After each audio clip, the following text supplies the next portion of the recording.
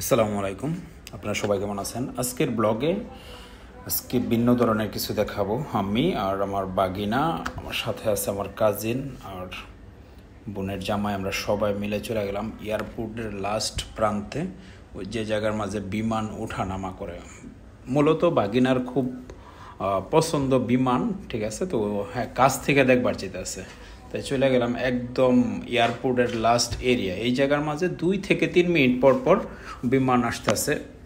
মানে দেখ, এত পরিমাণ মানুষের সমাগম যা বলার বাহিরে। রুটটা একদম প্রচুর পরিমাণ জাম, আর মানুষ আপনি যদি দেখেন একদম বলার বাহিরে, যে একদম বাসা হারায় ফেলাইছি। ফার্স্ট টাইম আমি গেছি আমার বাগিনার জন্য, এত পরিমাণ মানুষের সমাগম এটা আমি দেখি নাই, ঠিক আছে?